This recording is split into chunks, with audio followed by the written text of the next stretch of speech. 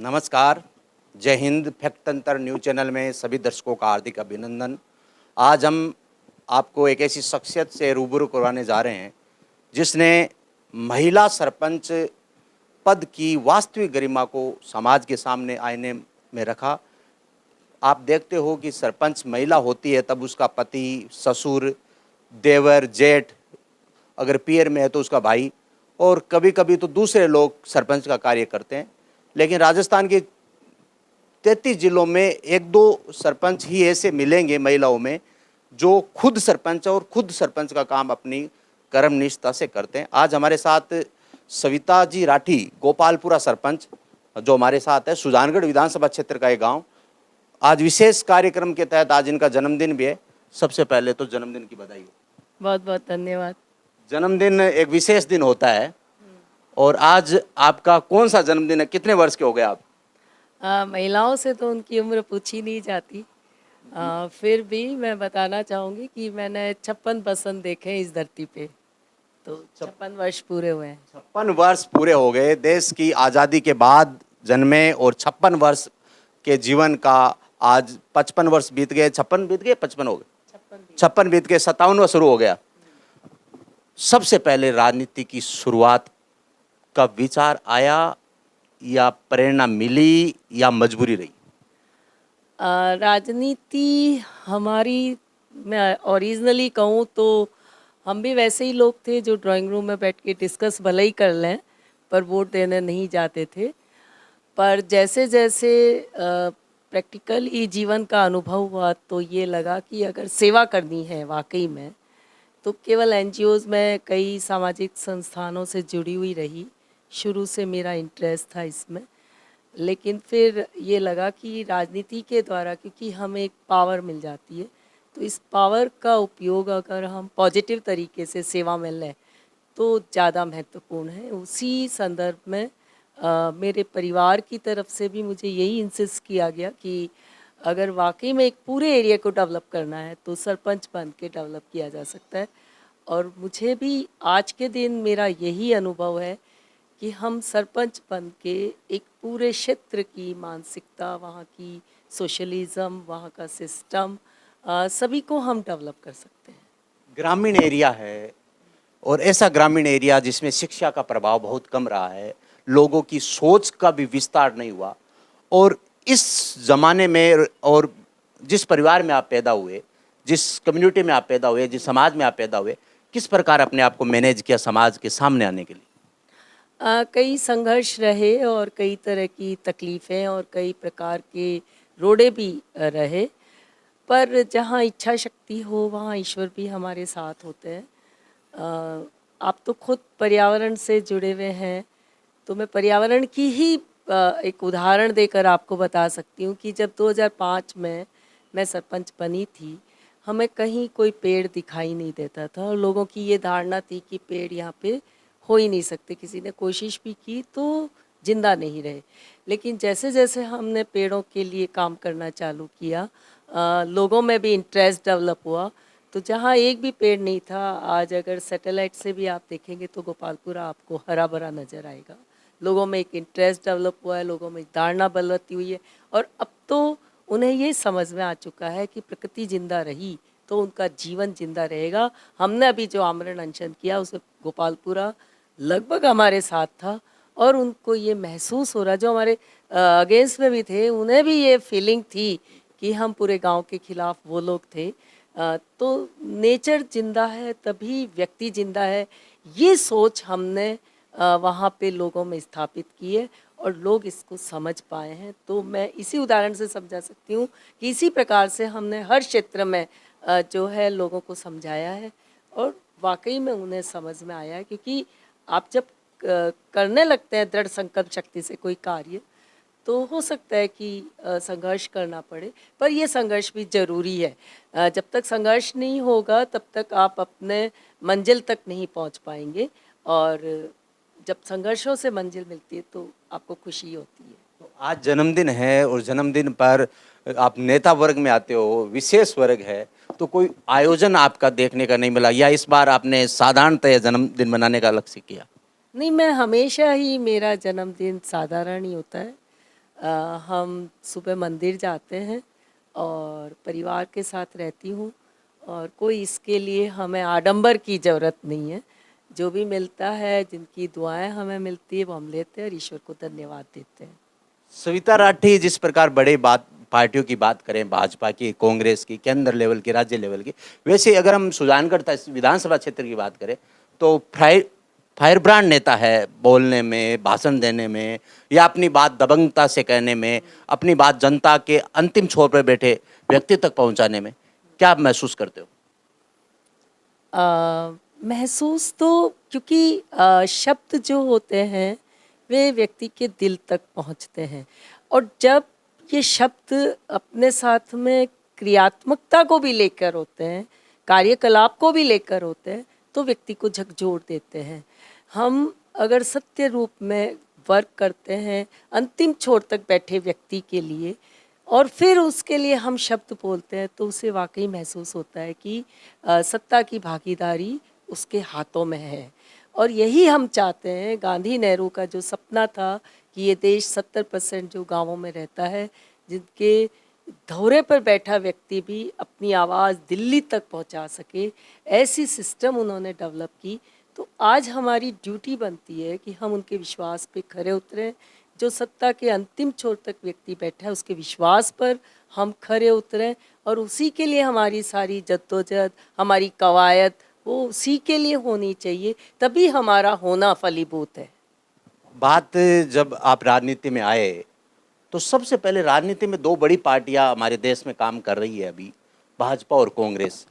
कांग्रेस में ज्वाइन करने का निश्चय मन का था, या किसी की प्रेरणा से, या किसी नेता को आदर्श मान के आपने कांग्रेस को ज्वाइन किया? बिल्कुल, शुरू से ही हम पढ़ते आ रहे थे, और हमारे घर का जो माहौल है, या हालांकि मेरा ननिहाल जनसंघियों का ननिहाल है, व्यक्तियों का है।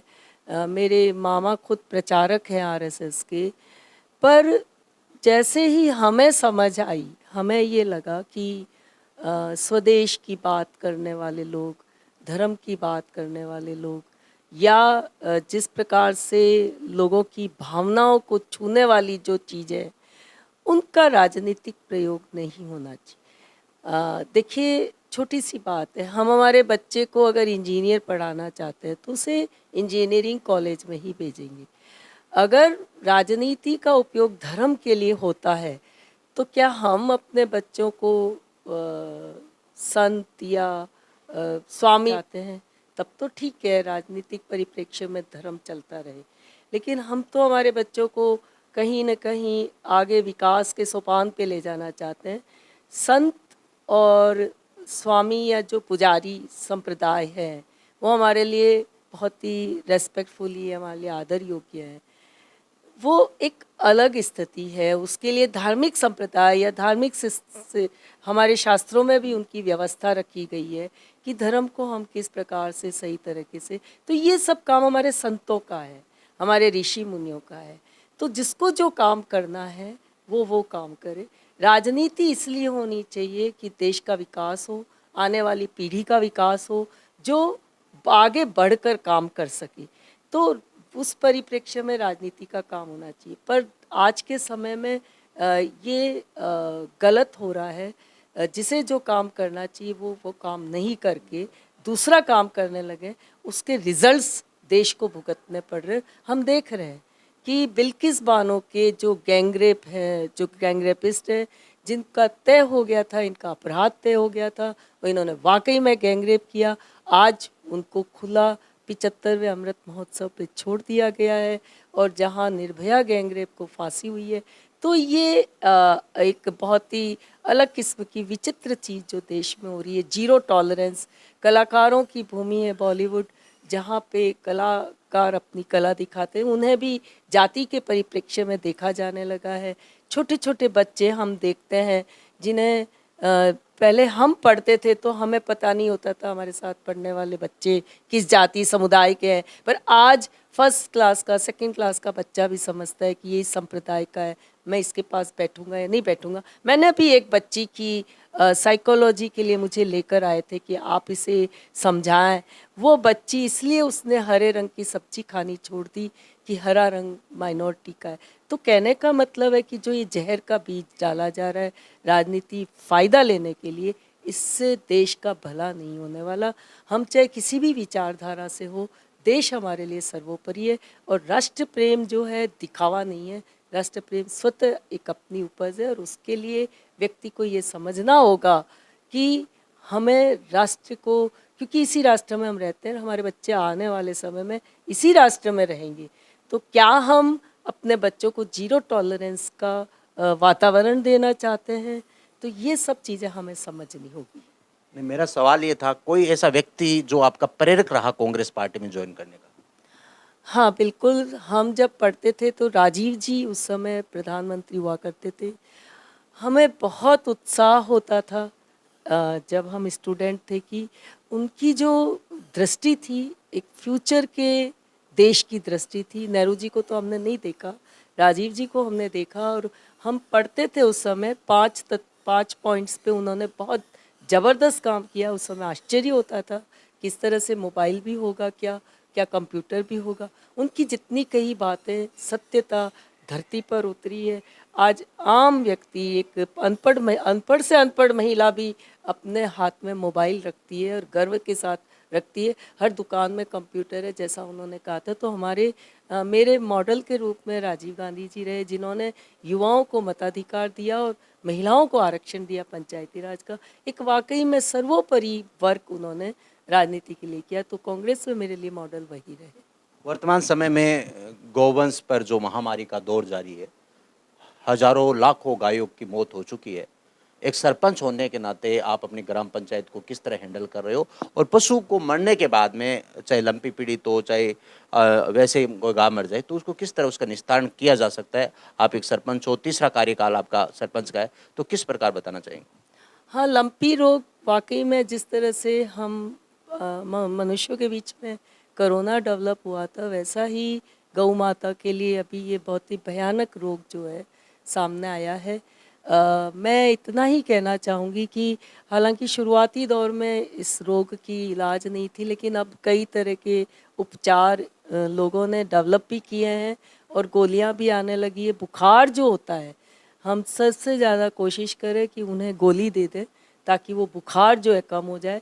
7 दिन के अंदर फिर इसमें डेवलपमेंट के हमने इसमें जो है लक्षण देखे हैं। गायें जो है वो उनके पैरों के अंदर सूजन हो जाती है, वो एक जगह ही बैठ जाती हैं। तो इस प्रकार से उनकी सेवा जो है, उन्हें फिनाइल से, पानी से, डेटॉल के पानी से उन्हें धोते रहे। मैं कहने का मतलब उनकी क्लीनिंग होती रहे गायों की।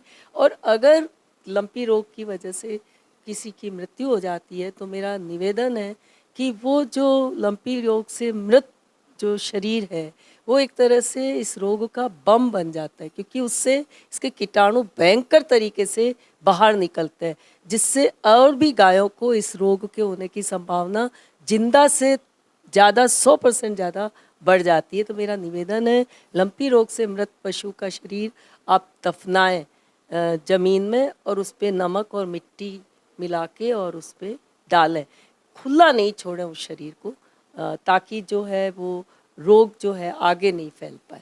सविता राठी के पिछले कार्यकाल की बात करें, पहले कार्यकाल की बात करें, तो सविता राठी सरपंच के तौर पर हमारे पड़ोसी मुल्क पाकिस्तान की यात्रा करके आई थी। क्या कार्यक्रम था वो?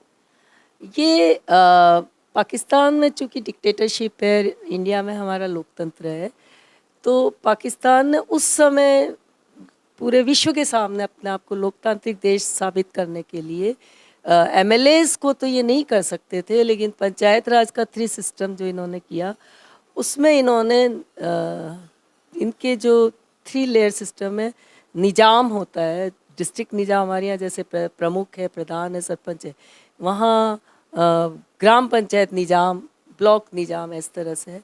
तो इन्होंने एक रात में ओवररूल करके जो डिस्ट्रिक्ट लेवल निजाम है उनके अंडर में एसपी कलेक्टर उनके अंडर में कर दिया, जो ब्लॉक निजाम है उनके अंडर में वहाँ के एसडीएम और उनको, और पंचायत पे उनके जो ऑफिसर्स हैं उनको। और ये कह के कि हमारा लोकतंत्र ज़्यादा मजबूत है क्योंकि हमारे ऑफिसर्स जो जनप्रतिनिधि उसके अंडर में हैं। तो एक तरह से सिंपोजियम किया गया था भारत और पाकिस्तान का कि कहाँ लोकतंत्र अधिक मजबूत है। तो 64 जनों का डेलीगेशन यहाँ से पाकिस्तान गया था, जिसमें पूरे इंडिया से 2 सरपंचों को लिया गया था। उसमें एक मैं थी, एक बिहार की महिला सरपंच जो एससी की थी, जिनका भी बहुत ज़बरदस्त संघर्ष था। वो खुद काम करने लगी थी, तो उनके परिवार के लोगों ने उनको काट के और झाड़ियों में डाल दिया था। वहाँ से निकल के उन्होंने अपना संघर्ष किया और खुद चौपाल पे बैठी और खुद अपनी पंचायत को डेवलप किया। तो एक संघर्ष था उनका भी, और इसी संघर्ष की कथा के कारण उन्हें वहाँ ले जाया गया। मुझे भी, चूँकि मैं अपना काम कर रही थी, महिलाओं के लिए हमने काम किया, और जितना हम पंचायत में एक राजस्थान के एक सुदूर गांव के अंदर काम कर रहे थे, और इसलिए हमें भी लेकर गए। बहुत सारे चिंतक, बहुत सारे प्रोफेसर, बहुत सारे स्पेशलिस्ट उस डेलीगेशन में थे, कई मंत्री, कई सेक्रेटरी, और बहुत बड़ा लवाजमा, एक हाई लेवल का पंचायत राज का लवाजमा था, जो कि वहाँ पे ये साबित करने गया था कि हमारा पंचायत राज ज़्यादा बढ़िया है। और 36 डेलीगेट्स जो है वो पाकिस्तान के थे। हमारे कई सेशन हुए, कई सेशन के बीच में डिस्कशंस हुए, और फिर अंत में ये तय हुआ विश्व के सामने, क्योंकि विश्व के भी, वर्ल्ड के भी जो उस समय का जो था सिस्टम, उसमें भी जो ऑब्जर्वर्स थे, उन्होंने फिर ये तय किया कि भारत का लोकतंत्र ज़्यादा मजबूत है, चाहे ओवर रूल्ड इन्होंने एक दिन में ये ऑफिसर्स को इनके अंडर में दे दिया हो। तो वहाँ भी मुझे जो 100 डेलीगेट्स हो गए, 64 इंडिया के और 36 पाकिस्तान के, उसमें बेस्ट प्रेजेंटेशन का लाहौर के सीएम से मुझे उस समय भी पुरस्कार प्राप्त हुआ था। तो इस तरह का भी एक अनुभव पंचायत राज में मुझे मिला। इसके अलावा पंचायत राज की तरफ से, सेंट्रल गवर्नमेंट की तरफ से एज ए रिसोर्स पर्सन मैं लगभग इंडिया में सब जगह घूमी हूँ। चाहे आंध्रा हो, चाहे केरल हो, चाहे कर्नाटक हो, चाहे हैदराबाद हो, चाहे जम्मू हो, अरुणाचल हो, सभी जगह मुझे जाने का मौका मिला। और मुझे खुशी है कि पंचायत राज को जिस प्रकार से 73वें अमेंडमेंट में राजीव गांधी जी ने इसको मजबूत करने की कोशिश की, आज पंचायत राज बहुत ज़्यादा मजबूत है। सरपंच अपने तौर पे कई निर्णय ले सकते हैं और वो अवेयर है। आप देखिए कि सरपंच संघ बने हुए हैं जो अपने हक और हुकूक की बात करते हैं, जबकि नगर परिषद, नगर पालिकाओं के संघ नहीं है। उस मायने में भी हम कह सकते हैं कि सरपंच जो है वो ज़्यादा मजबूत है, पंचायती राज अधिक मजबूत है। सुभद्रा कुमारी चौहान की एक पंक्ति खूब लड़ी मर्दानी, वो तो झांसी वाली रानी थी। हालांकि वो वर्तमान विश्लेषक उस पंक्ति को भी गलत ठहराते हैं कि मर्दानी नहीं, वो तो जनाना का बोल लिखना था उसमें। क्या विशेषता है कि सविता राठी किसी से भी भिड़ जाती है, गलत के खिलाफ अपनों से भी भिड़ जाती है, क्या कारण?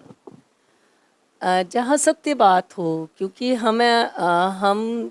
हमें जाना है ईश्वर के पास में, तो वहाँ भी तो हमें अपने जवाब देने होंगे।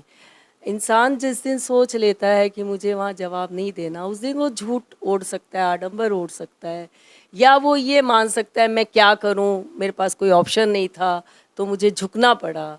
लेकिन हम ये मानते हैं कि हमें तो मर के ईश्वर को जवाब देना है। वहाँ ये नहीं हो कि आपने उस समय गलत किया, मैं आपके साथ खड़ा था, फिर आपने गलत क्यों किया।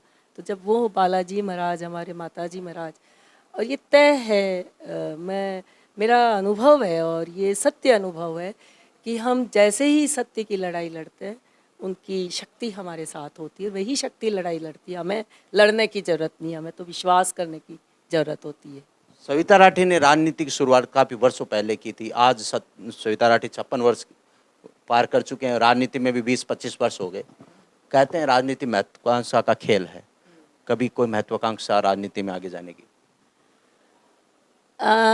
देखिए, महत्वाकांक्षा तो व्यक्ति के जीवन में हर समय होती है। ऐसा कहना भी बेमानी होगा कि कभी कोई महत्वाकांक्षा नहीं होती, बट स्टिल हम अपने सिद्धांतों को छोड़ के और किसी महत्वाकांक्षा के पीछे भागे, ऐसा मैंने कभी नहीं किया।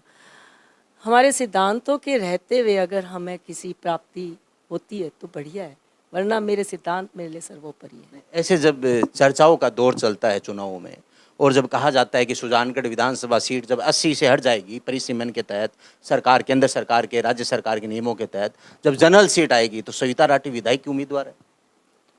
मैं नहीं समझती, विधायक बनना या बनाना ये जनता के हाथ में है और समय का खेल है। हाँ, हम अपना काम करते रहें। मुझे तो ये भी नहीं पता था कि मैं सेकंड टाइम सरपंच भी बनूंगी क्या। एक बार सरपंच बनने के बाद में उसके बाद हमारे विपत्तियों का पहाड़ भी हमारे ऊपर टूट चुका था और उसके चलते लंबा संघर्ष चला। कई तरह के केसेस भी हमारे ऊपर किए गए, उनकी भी हमारे संघर्ष चलते रहे। मैं नहीं समझ रही कि वैसी परिस्थिति में मैं फिर से सरपंच बन पाऊंगी क्या। लेकिन हमारे गांव के लोगों का स्नेह, उनका विश्वास और उस विश्वास के बलबूते पे मैं पुनः सरपंच बनी। फिर से महिला सीट लगातार फिर से आई, फिर भी मुझे नहीं अंदाज़ था कि मैं फिर से सरपंच बनूंगी। हम तो समर्थन देने के लिए जो मेरे सामने खड़े थे, उनको समर्थन देने के लिए पूरे गांव को मैं साथ लेकर गई थी। लेकिन जो होना होता है, जो होने को मंजूर होता है, वही होता है। इसलिए मैं नहीं जानती कि आज के दिन मैं उम्मीदवार हूँ या नहीं हूँ। ये तो सारी समय की परिभाषा है और समय के तारों पे चलते हुए जो शब्द लिखे जाते हैं वही परिभाषित होते हैं। हाँ, मैं इतना ही कह सकती हूँ कि वर्तमान में मैं जीती हूँ। वर्तमान समय में मैं जिस क्षेत्र की सरपंच हूँ उसके लिए मेरी कर्तव्यता रहती है। प्लस पार्टी ने मुझे जो एक मेरे ऊपर विश्वास करके जो एक कार्यभार सौंपा है, वो कार्यभार मैं समझती हूँ कि मैं पूरी निष्ठा के साथ, पूरे विश्वास के साथ उसमें अपनी जान में झोंकती हूँ। तो वर्तमान में ही हम कार्य करते हैं। भविष्य क्या होगा, कैसे होगा या उसका परिणाम क्या होगा, ये भविष्य के ऊपर है। सुजानगढ़ विधानसभा का नाम मास्टर भंवरलाल के कारण पूरे राजस्थान में नहीं, पूरे भारत में एक गर्व, उस अभिमान और सम्मान के साथ लिया जाता है, चाहे वो किसी तराजू से तोलें, किस प्रकार के नेता थे। श्रद्धांजलि स्वरूप क्या कहना चाहेंगे? बिल्कुल, आपने जो पूछा मॉडल के रूप में, तो यकीनन हकीकत में सुजानगढ़ परिक्षेत्र में हम देखें तो हमारे मॉडल के रूप में स्वर्गीय मास्टर भंवरलाल जी मेघवाल साहब, उनकी जो कर्तव्यपरायणता, उनकी निष्ठा, उनकी सत्यता, उन्होंने जो कह दिया वो उन्होंने करके दिखाया। और मुझे आज भी याद है कि फर्स्ट डे जब उन्होंने मुझे कहा था कि मैं आपको मेरा ब्लॉक अध्यक्ष बनाना चाहता हूँ, उस दिन मुझे सिर्फ एक लाइन उन्होंने कही कि मैं कुछ कर दूँ उसके लिए मुझे आप मना मत करना। हाँ, आपकी तरफ से कोई बात है वो आप कहने के लिए स्वतंत्र हैं।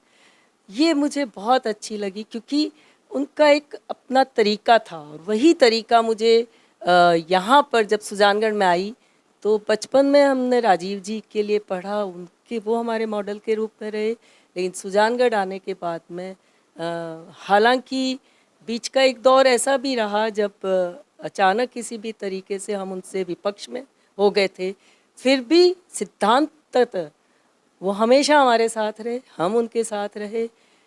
लड़ाई हमारी सिद्धांतिक तौर पे चलती रही, लेकिन फिर वो लड़ाई भी ख़त्म हुई, हम उनके पूर्णतया साथ हुए और उन्होंने फिर मुख्य धारा में मुझे जोड़ा। जो उनका काम करने का तरीका था वो सबसे ज़्यादा महत्वपूर्ण रहा कि उनका ये कहना था कि जो अंतिम छोर पर व्यक्ति है उसे लाभ मिलना चाहिए और जो विश्वास है जनता का वो कायम रहना चाहिए। और इसीलिए उन्होंने 44 साल की लंबी पारी खेली। सुजानगढ़ का जितना विकास है, जो कुछ हम आज देखते हैं सुजानगढ़ को, ये उनकी देन है और उनको हम आज के दिन नमन करते हैं। मास्टर भंवरलाल एक फायर ब्रांड नेता थे क्षेत्र के, और आपने कहा कि जो कह देते थे वो करते थे, और आज आपका 56 जन्म बसंत पूरे हो चुके हैं जीवन के, तो आज आपका परिवार एक दादी का परिवार हो गया। इस दादी के परिवार में कौन कौन है अभी? मेरे 2 लड़के हैं, 2 बहुएं हैं और मेरी 2 पोतियाँ हैं। दोनों ही लड़कों के एक एक बच्ची है। लक्ष्मियाँ हमें मिली है, ये इसके लिए हम बालाजी महाराज को धन्यवाद दें। बेटे क्या करते हैं? बड़ा बेटा डॉक्टर है और वो आर्मी में कैप्टन है, और छोटे बेटे का प्लाई का नेट का काम है और यहाँ जो लोकल कंस्ट्रक्शन का भी उस काम देखता है। नेटवर्किंग का काम वो करता है। ये हमारे साथ सविता राठी, गोपालपुरा सरपंच, 2 पारी पहले खली, तीसरी पारी अभी, और आज इनका 56वां जन्मदिन, यानी 56 वर्ष इनके जीवन के बीत चुके हैं। 57वां शुरू हुआ। एक बेटा आर्मी में कैप्टन है, डॉक्टर है, और एक बेटा स्थानीय लोकल काम करते हैं और अपना जीवन चलाते हैं। और निश्चित रूप से सविता जैसी राठी जैसी महिला शक्ति अगर वास्तविक रूप से राजनीति में आएगी, कहने को तो 33% महिला होगा सर, हाँ, पंचायत राज में पंचायत राज में 33% आरक्षण है, तो आप भी नज़र उठा के 50% हो गया है। 50 हो गया, 50% आरक्षण है, नज़र उठा के देखिए कौन महिला सरपंच है आपके क्षेत्र में, कौन पंचायत में आती है, कौन जनता के बीच में जाती है, और खुद विश्लेषण कीजिए कि किस प्रकार हटकर है। हम पुनः जन्मदिन की आपको बधाई देते हैं। Thank you.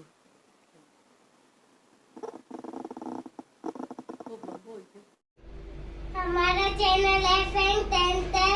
आप अच्छा लगे तो सब्सक्राइब करें, लाइक करें और सब शेयर करें। Thank you. Now, please like, share, and subscribe, and don't forget to